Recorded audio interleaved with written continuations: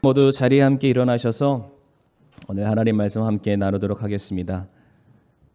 사도행전 13장 4절에서 13절까지의 말씀 되겠습니다. 본문이 조금 길지만 우리가 좀 함께 한 절씩 교독하면서 함께 읽어보도록 하겠습니다. 이처럼 성령님께서 보내신 그들이 실루기아로 떠나 거기서 배 타고 키프로스로 항해하여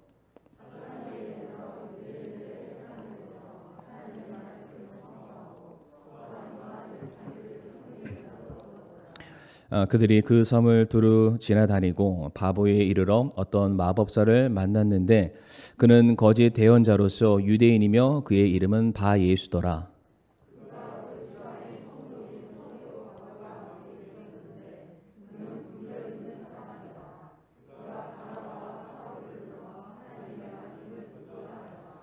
그런데 마법사 엘루마는 그의 이름을 번역하면 그런 뜻이라 그들을 대적하여 총독을 믿음에서 돌아서게 하고자 하니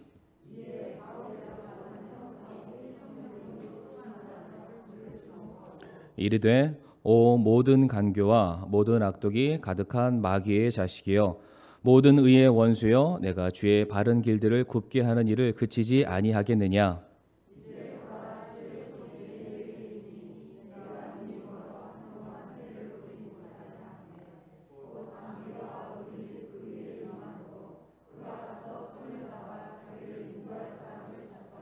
이에 총독이 이루어진 일을 보고 믿으며 주의 교리에 놀라니라.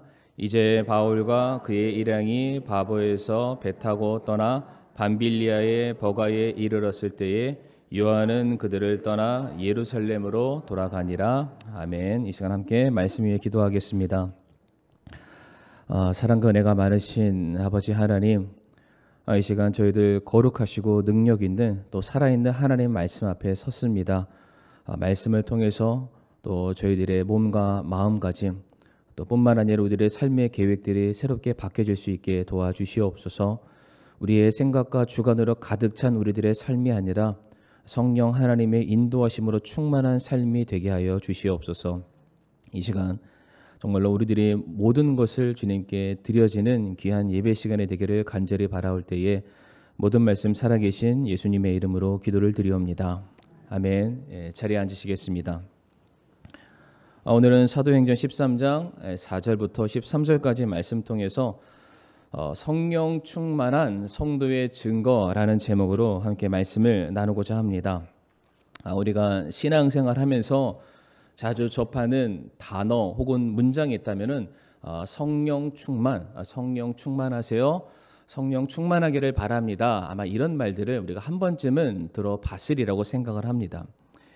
우리가 이 성령 충만이라는 단어를 듣게 되었을 때에 그냥 어렴풋하게 우리들의 머릿속에 떠오르는 것은 뭔가 내게 특별한 은사가 주어졌다든지 내 삶에 기적적인 상황들이 일어나게 되고 혹은 내가 기도를 할 때 굉장히 열정적이고 열광적인 기도의 어떤 순간으로 몰입을 하거나 아니면은 정말로 이렇게 말로 표현할 수 없는 그런 황홀경이죠. 어떤 그런 것들을 체험하게 되었을 때에 이것이 성령 충만이 아닌가라는 생각을 간혹 갖게 됩니다.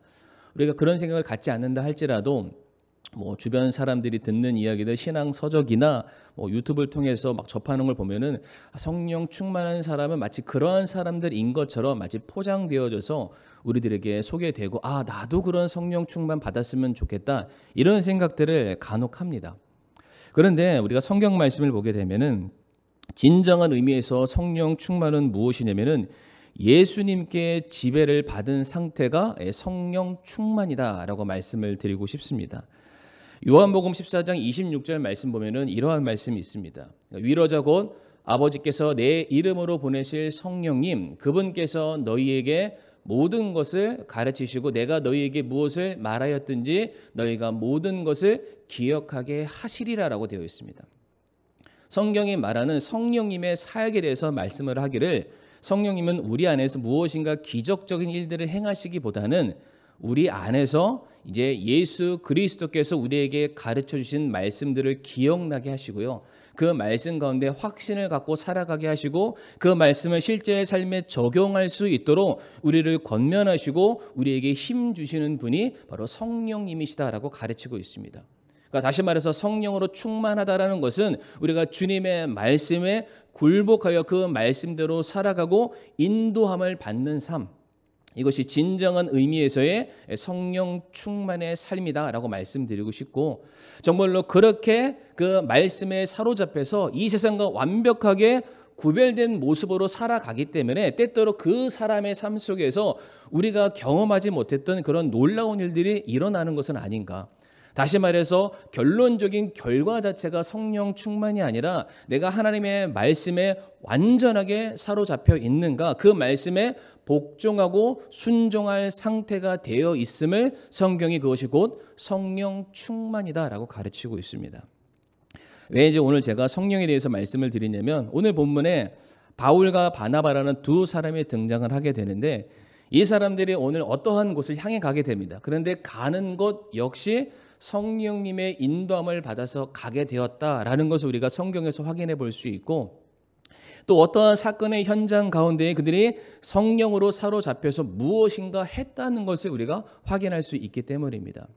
자, 그래서 오늘 본문 말씀을 통해서 과연 성령 충만한 성도는 어떠한 모습으로서 자신의 성령 충만을 드러내게 되는지 우리가 두 가지를 오늘 말씀을 통해서 우리가 찾아보길 원하는데, 첫 번째, 성령 충만은 언제 나타나야 되느냐? 성령 충만은 일상에서 나타나야만 합니다.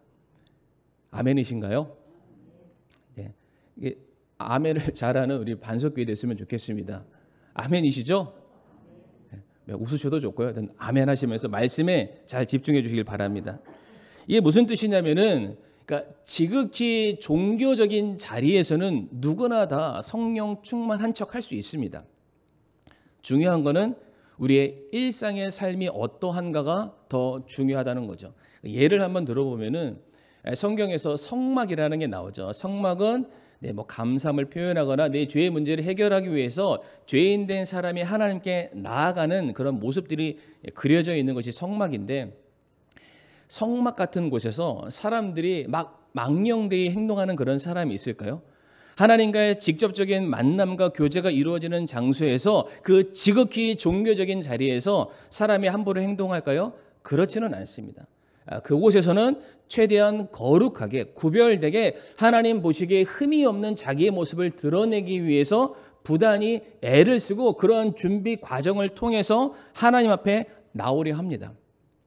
다시 말해 성막이라는 그 곳에서 사람이 죄를 짓는 것이 아니라 그곳을 벗어나서 일상으로 들어가게 되었을 때에 바로 거기에서 자신의 연약함이 드러나게 되는 것이고요. 죄에 대한 반복적인 습관들이죠. 그 패배하는 모습들이 나타나게 된다는 겁니다. 다시 말해 일상에서 내가 성령 충만한 것이 결국에는 이 자리에서 우리가 하나님께 보여드리는 우리들의 성령 충만함의 모습을 드러내는 하나의 증거가 될 수 있다. 혹시 성도님들, 이 교회에서 이 멋있고 아름다운 모습으로 앉아있는 이런 성령 충만의 모습 말고 우리 성도님들은 일상의 삶 속에서도 성령 충만하다라고 자부하시는지요? 네, 제가 따로 손을 들어서 확인하지는 않겠습니다. 그러나 우리가 일상생활에서도 성령 충만의 그 뜻이었죠. 정말로 말씀에 사로잡히는 주님의 인도하심 받는 그 자체를 기뻐할 수 있는 저와 우리 사랑하는 성도님들이 되시기를 간절히 바라겠습니다. 오늘 중요한 것은 바울과 바나바가 성령님의 인도함에 따라서 안디옥 교회의 파송을 받아서 첫 번째로 가게 되는 지역의 이름이 등장을 하게 되는데, 오늘 본문 말씀 보게 되면 그곳이 키프로스라고 되어 있습니다. 이 키프로스라는 것은 구레네라는 걸로 우리가 이해하기 쉬운 그런 지역인데, 이것이 성경 말씀 보니까 사도행전 4장 36절에 그곳은 바나바의 고향이었다라고 성경은 말해주고 있습니다. 정리해 볼까요? 성령님께서 바울과 바나바를 어디 가라고 보내셨습니다. 그들이 성령님의 인도하심에 따라 순종함으로 갔는데 그 간 장소가 아이러니하게도 바나바의 고향이었다라는 거예요. 그러니까 지금 바울과 바나바는 1차, 2차, 3차 세계 전도를 향한 첫걸음인 그 1차의 첫 번째 관문과도 같은 지역이 자기 고향 땅이었다라는 사실입니다. 성도님들, 바나바가 굽으로 키프로스를 가게 되면은 거기 있는 사람들은 다 어떤 사람들인가요? 친척, 이웃, 친구들. 그러니까 바나바가 너무나도 잘 알고 내가 소개하면 아 하면 어 할 수 있는 그런 수많은 사람들이 그 자리에 아마 살고 있었을 것입니다. 지금 성령님께서 그들로 하여금 너의 고향으로부터 먼저 찾아가서 그곳에서 복음을 전하라 라고 명령을 하신 거예요. 성도님들, 왜 우리가 복음을 전할 때 가장 우리들에게 있어서 가까운 사람, 우리의 가족부터 왜 그들에게 먼저 복음을 전해야 될까요? 두말할 여지가 없죠. 그들이 우리에게 너무나도 소중한 존재이기 때문입니다. 데살로니가전서 2장 8절 말씀 우리가 같이 한번 읽어보도록 할까요? 앞에 보시고요. 시작.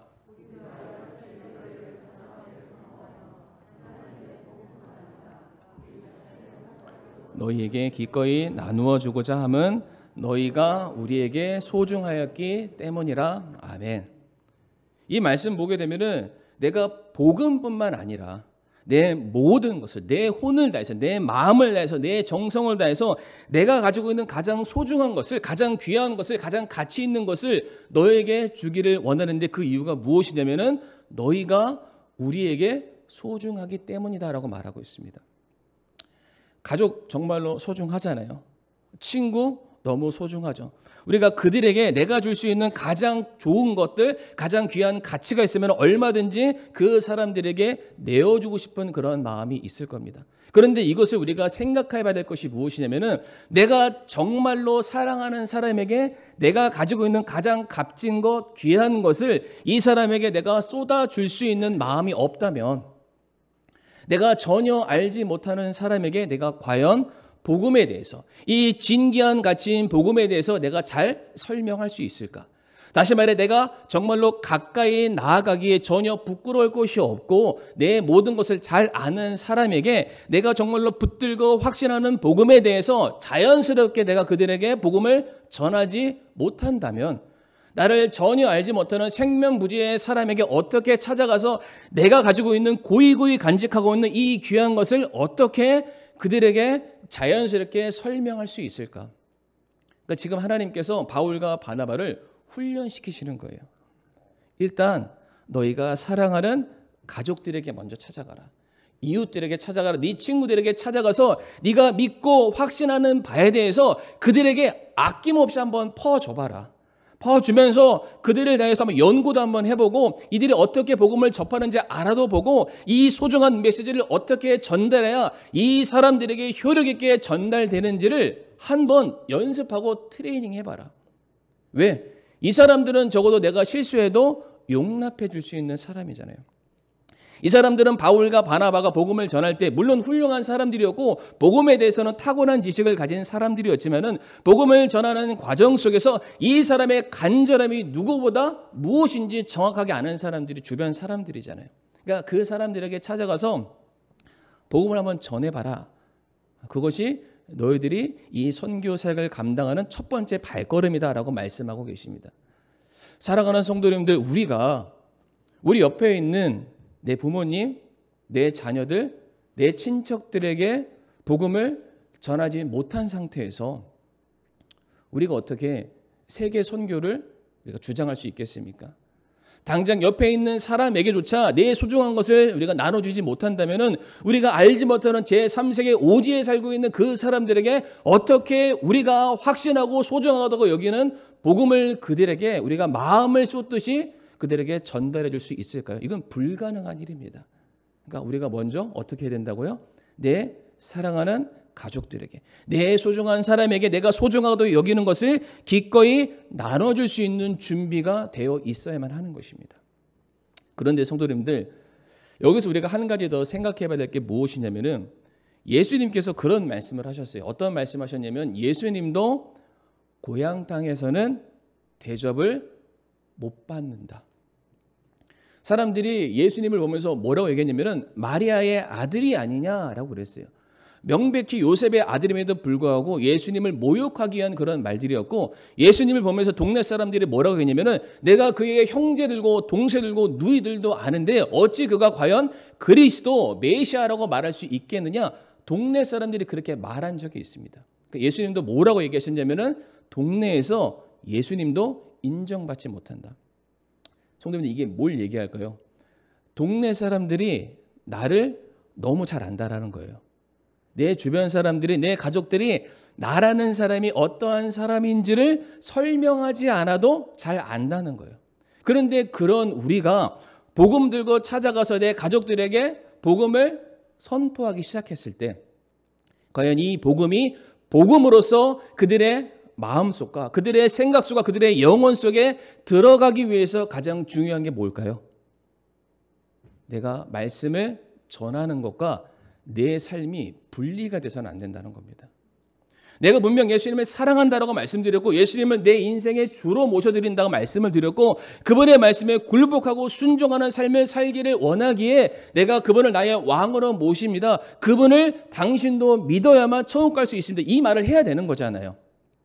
그런데 그렇게 복음을 선포하는 내 삶 자체에서 주님을 따르는 삶, 주님의 말씀에 복종하는 삶, 그분의 말씀에 굴복하여 정말로 종의 모습으로, 제자의 모습으로 살아가는 모습을 드러내지 않는다면은 내가 말하는 것이 가증되고 이중적이라는 것을 누가 더 잘 알까요?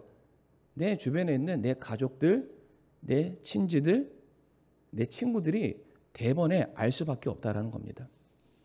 다시 말해 지금 주님께서 바울과 바나바를 그들의 가까운 친인척들 가운데 보내셨던 것은 다른 것이 아닙니다. 너희가 복음을 전하는 것도 굉장히 중요하다. 그러나 그보다 더 중요한 것은 복음에 합당한 삶을 사는 게 더 중요하다. 복음을 위해서 보냄받은 사도요, 예수 그리스도의 제자요, 이 땅에 속한 자가 아니라 하늘에 속한 자임을 세상 사람들에게 보이고 인정받고 증거하지 않는 이상, 그래서 너희들의 복음이 복음되지 않는다면은 이제 앞으로 나아가야 될 세계의 선교는 꿈도 못 꾸는 일이 될 것이다.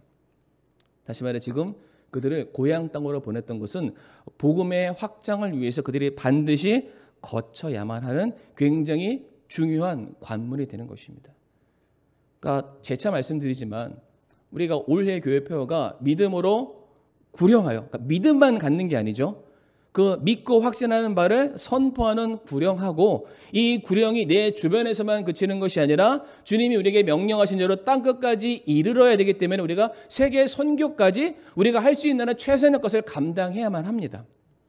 그런데 이 세계 선교라는 이 원대한 수건과 이 사업을 감당하기 위해서 성도님들, 우리가 제일 먼저 해야 될 게 무엇이냐면은 내 가까이 있는 사람들부터 먼저 그들에게 복음을 전해야만 하는 것입니다.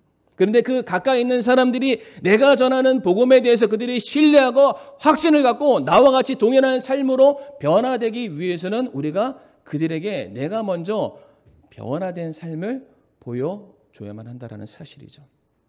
내가 성령 충만하다는 걸 보여줘야 돼요. 내가 주님의 말씀에 완전하게 사로잡혀서 살아가고 있음을 먼저 보여줘야만 그들이 우리가 전하는 말씀에 신빙성을 가지고 신뢰하고 그들도 역시 주님께로 인도함을 받을 수 있다는 사실입니다. 제가 이제 성경에서 나와 있는 성령 충만과 관련되어 있는 제가 해당 구절 몇 개를 제가 보여드릴 텐데, 그 구절들을 살펴보잖아요, 성도님들. 그러면은 복음을 전했기 때문에, 전도했기 때문에 성령 충만하다라는 것은 어디에도 없습니다. 그러니까 우리는 실상 밖에 나가서 전도지 나눠주고 예수님 믿으세요, 할렐루야 찬양하는 사람들을 성령 충만한 것처럼 여기죠. 그러나 성경에서 말하는 성령 충만은 일상에서 그들의 삶이 정말로 예수님의 권세 밑에 굴복하고 변화된 삶을 살고 있는가, 그 여부를 가지고 성령 충만하다 아니다라고 말하고 있다는 사실입니다. 한번 말씀을 보도록 할까요? 사도행전 6장 3절 말씀인데요, 아마 잘 보이실 텐데, 그러므로 형제들아 너희는 너희 가운데 정직하다는 평판이 있고 성령님과 지혜가 충만한 사람 7을 찾아라 라고 되어 있습니다. 예루살렘 교회에 집사를 선출하는 과정 속에서 가장 중요한 조건이 성령으로 충만한 사람인데 앞에 전제 조건이 무엇이었나요? 정직하다고 평판이 있는 사람, 거짓되지 않는 사람. 그의 삶이 여기서는 이렇고 저기서는 다른 그런 사람이 아니라 누구보다 하나님을 두려워하는 마음으로 모든 사람에게 공평하게 행하는 그러한 사람, 자신을 기꺼이 희생할 줄 아는 사람, 자신의 공의로움과 정의로움을 드러내기 위해서 기꺼이 항상 의의 편에 설 수 있는 정직하다라고 입증된 사람이 성경은 그 사람이 성령 충만하다라고 말하고 있습니다. 아울러서 사도행전 11장 24절 말씀 보게 되면은 그는 바나바를 의미합니다. 그는 선한 사람이요 성령님과 믿음이 충만한 사람이더라. 바나바가 성령 충만하대요. 근데 성령 충만한 게 복음을 전해서가 아니라 그를 말하기를 성경에 그가 선한 사람이다라고 말합니다.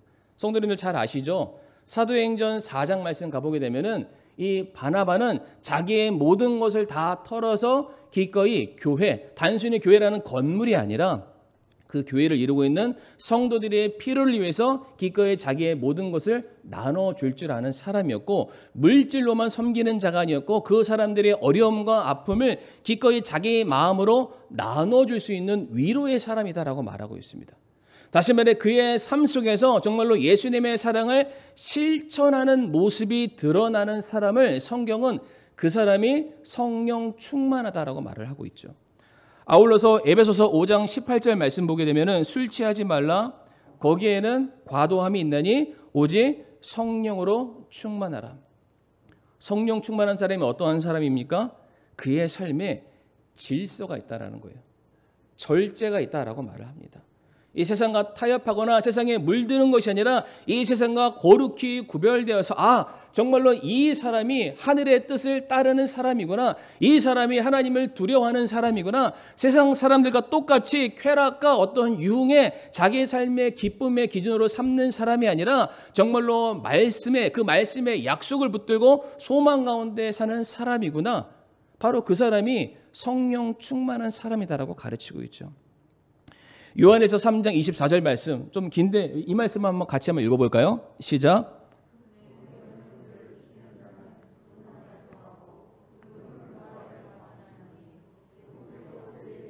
성령으로 말미암아 그분께서 우리 안에 거하시는 줄 이로써 우리가 아느니라. 아멘.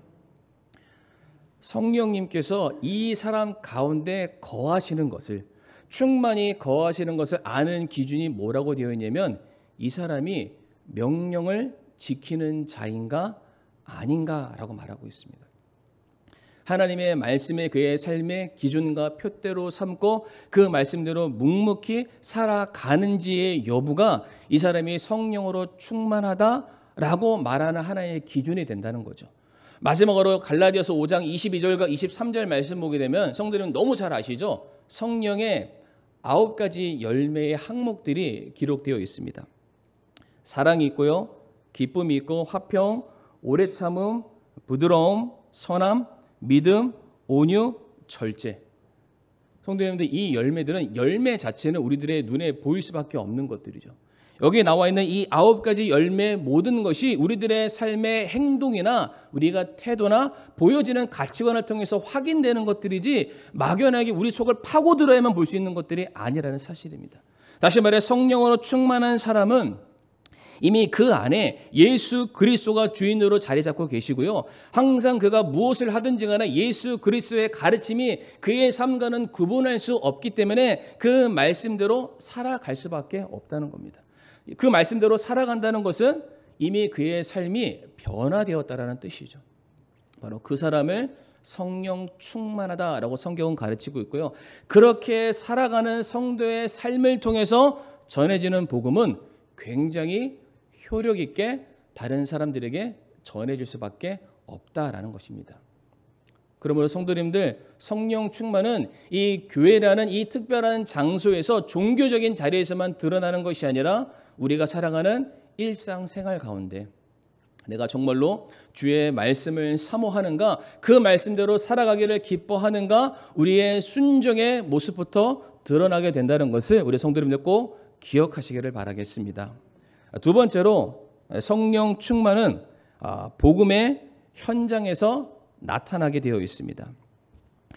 이제 이어지는 말씀들을 살펴보게 되면은 바울과 바나바가 이제 그 키프로스 구브라라는 섬 안에 바보라는 곳에 도착을 하게 됩니다. 제가 조금 땀이 좀 많이 나서 집사님 히터 한 번만 꺼주시면 감사하겠습니다. 네, 거기서 바울과 바나바가 바예수라는 이제 한 거짓 대언자를 만나게 되죠. 여기서 이 마법사라는 그 단어를 우리가 살펴보게 되면은 이 사람은 박수, 무당, 점성술사. 그러니까 쉽게 말해서 점쟁이 같은 그러한 사람입니다. 그런데 성도 여러분들, 이 바예수라는 사람이 얼마나 거짓 대언자였는지 우리가 알 수 있는 게 뭐냐면 그 사람의 이름이 바예수예요. 성경에서 바라는 게 나오면은 누구누구의 아들이라는 뜻을 가지고 있고요. 그러니까 바예수는 무슨 뜻일까요? 예수의 아들이라는 뜻이죠. 그런데 예수라는 것은 단순히 우리가 믿고 섬기는 예수님만을 지칭하는 단어가 아니라 예수라는 이름의 뜻은 구원자라는 의미를 가지고 있습니다. 그러니까 지금 바예수의 뜻은 무엇이냐면은 나는 구원자의 아들이다라는 그런 뜻이죠. 그러니까 바예수가 스스로 사람들에게 지금 무엇을 설명하고 있냐면 내가 바로 우리 모든 민족을 구원할 메시아다, 그리스도다라고 사람들에게 지금 거짓된 말로서 사람들을 현혹시키고 있는 그런 상황입니다. 그런데 이 바예수라는 사람이 지금 누구와 함께 손을 잡고 있냐면 오늘 본문 말씀 보게 되면은 그 지방의 총독 서기오 바울이라는 사람과 함께 손을 맞잡고 있다라고 되어 있습니다. 지금 바예수가 그 총독의 비선 실세로서 그 뒤에서 무엇인가 종교적인 일로 그의 마음을 지금 현혹시키고 있는 그런 상황입니다. 이게 지금 성경에 나와 있는 이때에만 기록된 사건이 아니라 지금 우리가 살고 있는 21세기에서도 이런 일들을 우리가 뉴스에서 얼마든지 지금 확인할 수가 있습니다. 그런데 이 말씀 7절 말씀 한번 보실까요? 7절 중반 말씀 보게 되면은 이 서기오 바울을 성경은 분별 있는 자라고 말을 하고 있는데 이거는 결코 이게 긍정적인 차원에서의 설명이 아닙니다. 이게 무엇이냐면은 이 바예수, 서기오 바울이라는 사람이 자기의 운세죠. 자기의 성공과 출세를 위해서 수단과 방법을 가리지 않는 사람이었다라는 것을 말해주는 것입니다.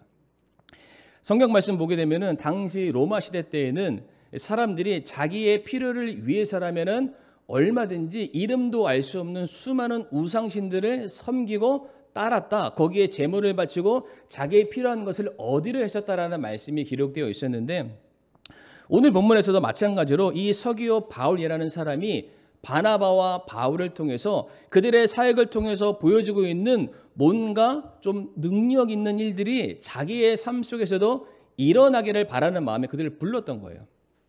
바울과 바나바 역시 이 사실을 알았지만 그럼에도 불구하고 자기가 그 자리까지 가는 것이 성령님의 인도하심이라는 사실을 믿고 그 자리에 찾아가게 되죠. 거기서 드디어 바울과 바나바가 이 서기오 총독 바울에게 말씀을 선포하기 시작하는데 갑자기 그 옆에 있었던 그 바예수라는 사람, 오늘 본문에서는 엘루마라고 되어 있는데 이것은 그 마법사를 외래어로 표현한 단어가 되겠습니다. 이렇게 바예수가 복음을 전하는 그 순간 방해를 벌이게 되자 바울이 드디어 경고의 메시지를 바예수에게 선언하게 됩니다. 우리가 10절 말씀 같이 한번 읽어보실까요? 본문 10절 말씀 되겠는데요. 시작.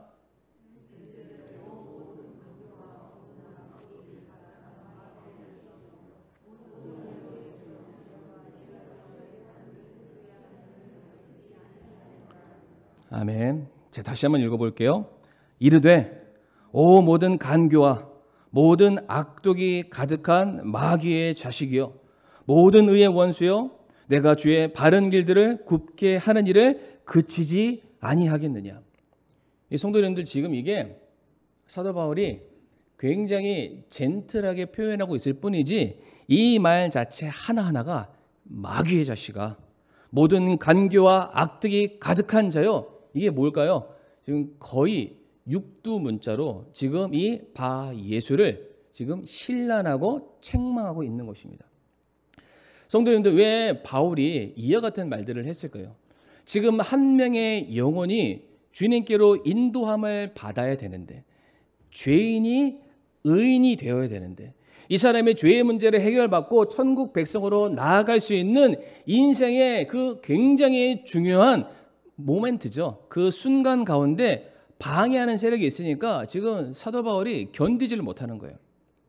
어떻게 지금 하나님께서 천하보다 귀하게 여기시는 한 명의 영혼이 주님께로 나오는 이 절체절명의 순간 어떻게 이것을 방해할 수 있냐라고 하면서 지금 바울이 그 바 예수를 향해서 온갖 모욕적인 말들을 지금 쏟아내고 있습니다. 성도님들, 제가 앞에서 이 바 예수라는 사람이 그 서기오 총독 바울이라는 사람의 비선 실세라고 말씀을 드렸습니다. 이게 뭐냐? 바 예수는 한마디만 하면 바울과 바나바를 감옥에 갇히게 할 수 있는 권한이 그에게 있는 거예요. 그 옆에 있는 총독을 향해서 이런저런 말들을 통해서 감언이설로 그의 마음을 움직였을 때에 얼마든지 바울과 바나바가 그들이 하는 모든 사역들이 중단이 될 수도 있는 그러한 상황이었습니다.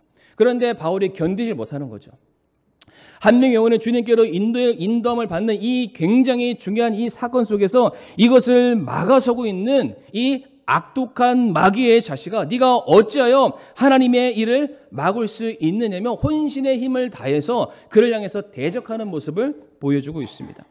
정말로 이 한 명의 영혼의 총독을 구원하시려는 하나님의 간절함을 바울은 알고 있었던 것입니다. 악한 세력에 대해서 분노하시는 하나님의 마음을 지금 바울이 대신해서 쏟아내고 있다는 사실이죠.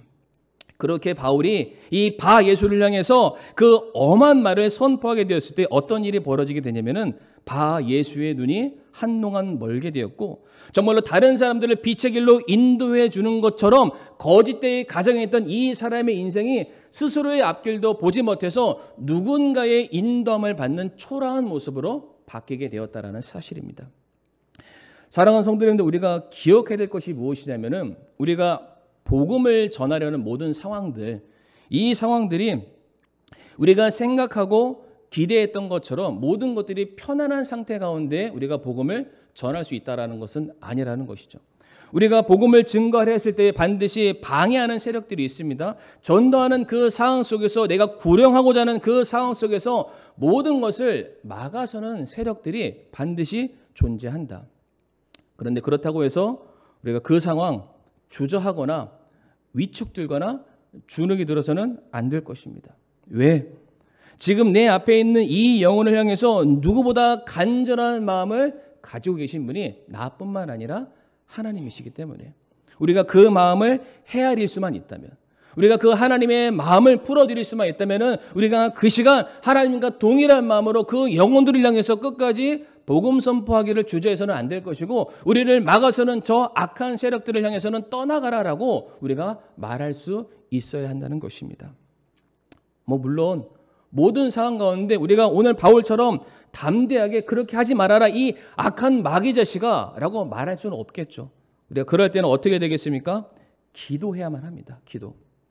하나님, 내 사랑하는 부모님을, 내 친구를 붙들고 있는 저 악한 영의 세력들이 제발 떠나갈 수 있게 해주세요.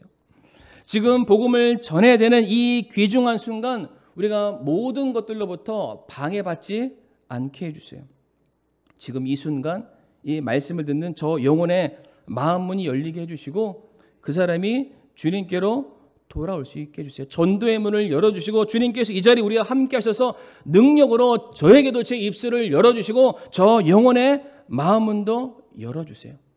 오늘 본문에서 사도 바울이 성령으로 충만했을 때 9절에 10절에 그 말을 선포하게 되었고 바로 그렇게 했을 때 악한 영의 세력은 중단되었고요. 그 말을 들었던 서기오 총독 바울은 바로 그 자리에서 예수님을 영접하게 되었다라는 것입니다.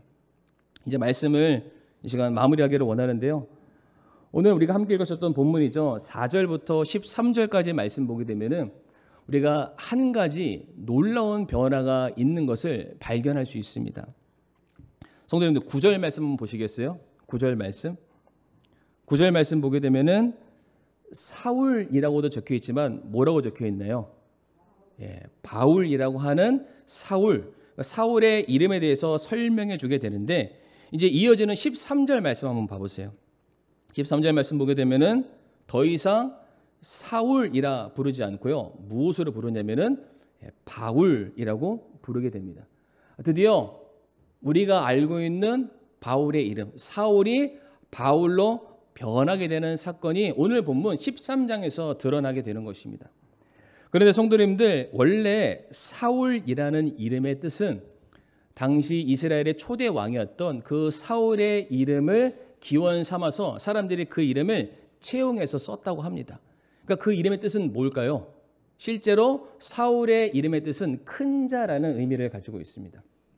그리고 반대로 나중에 바뀌었던 그의 이름인 바울의 경우에는 작은 자라는 의미를 가지고 있습니다. 성도님들, 지금 바울이라는 이름으로 변화되기 이전의 사울의 삶은 어땠습니까?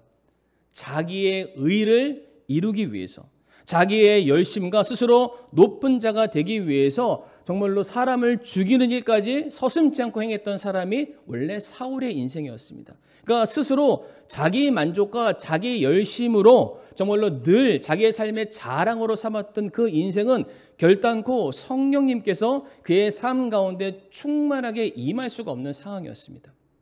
그런데 드디어 이 사울이 예수님을 만나게 되고요, 예수님의 인도하심을 받는 삶을 살아가게 되면 될수록 더 이상 자기의 모든 생각과 자기의 감정과 자기의 모든 인생 계획들을 다 내려놓게 됩니다. 철저하게 성령님이 가라 하시는 그 길 따라 순종하며 나아가게 되고요, 자기의 마음을 드러내는 것이 아니라 하나님의 그 간절한 마음을 자기의 삶 속에서 표현하고 드러내는 삶을 살게 되었을 때에 하나님께서 드디어 사울을 바울이라고 부르기 시작하시는 거죠. 스스로 작은 자로 여기는 그의 삶 속에서 성령님의 충만한 역사하심이 더해지게 되었을 때에 그의 삶 자체는 크고 놀라운 일들을 감당할 수 있는 위대한 주님의 종으로 바뀌게 되었다라는 것입니다. 그러니까 성령 충만하다는 것은 성도님들 다른 데서 찾는 것이 아니라 내가 얼마만큼 하나님께 순종할 준비가 되어 있는가, 내가 얼마만큼 하나님의 말씀에 내가 복종할 준비가 되어 있는가, 하나님 앞에 내 생각과 뜻을 주장하는 것이 아니라 내가 얼마만큼 하나님 앞에 겸손한 자가 되기를 결단했는가, 그 순종과 복종과 겸손의 마음의 크기가 결국에는 우리의 성령 충만의 모습을 가늠할 수 있는 하나의 기준이 되는 것입니다. 그럼 오늘 말씀을 마치면서요, 성도님께 간절히 부탁드리는 것은 오늘 말씀 듣는 것으로 끝나는 것이 아니라 제일 먼저 우리 주변에 있는 사람들에게 먼저 우리가 복음을 전할 수 있기를 바랍니다. 내 살아가는 가족들에게, 친구들에게. 그런데 오늘 말씀 꼭 기억하시면서 전하는 것도 굉장히 중요하지만 그 전하는 내 말이 신빙성 있기 위해서는 내 삶이 먼저 복음에 합당해야만 합니다.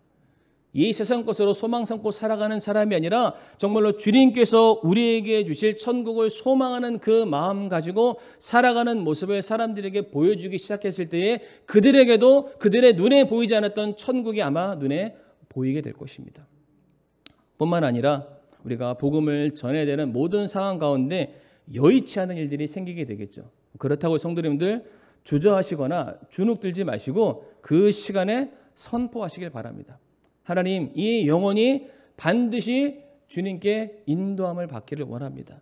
이 사람이 죄와 사망의 권세에서 훈련 받아서 하나님의 은혜에 그 보좌 앞에 나아갈 수 있는 축복과 그런 은혜가 더해지기를 간절히 바랍니다. 그렇게 선포하실 수 있는 저와 성도님들이 되기를 바라고요. 마지막으로 정말로 더 우리가 낮아지고 순종하는 자들이 되기를 원합니다. 스스로 사울이라고 주장하는 삶이 아니라 주님 앞에 바울된 자, 작은 자로 서게 되었을 때에 주님의 성령의 충만하신 역사가 우리들의 삶에 반드시 나타나게 될 것을 믿습니다. 이 시간 다 같이 우리 머리 숙이고 오늘 말씀을 놓고서 함께 우리가 기도하는 시간을 갖겠습니다. 성령으로 충만한 삶이 되게 해달라고, 더 낮아지고 더 겸손한 삶이 되게 해달라고 이 시간 함께 기도로 하나님께 나아가도록 하겠습니다.